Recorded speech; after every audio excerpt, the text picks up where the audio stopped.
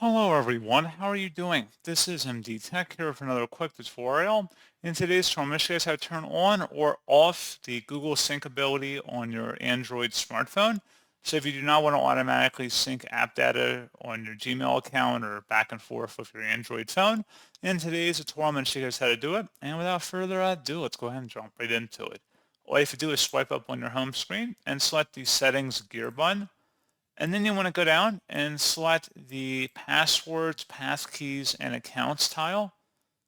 So if you want to turn off the automatically sync app data, let apps refresh data automatically, just toggle this option on or off depending on your preference.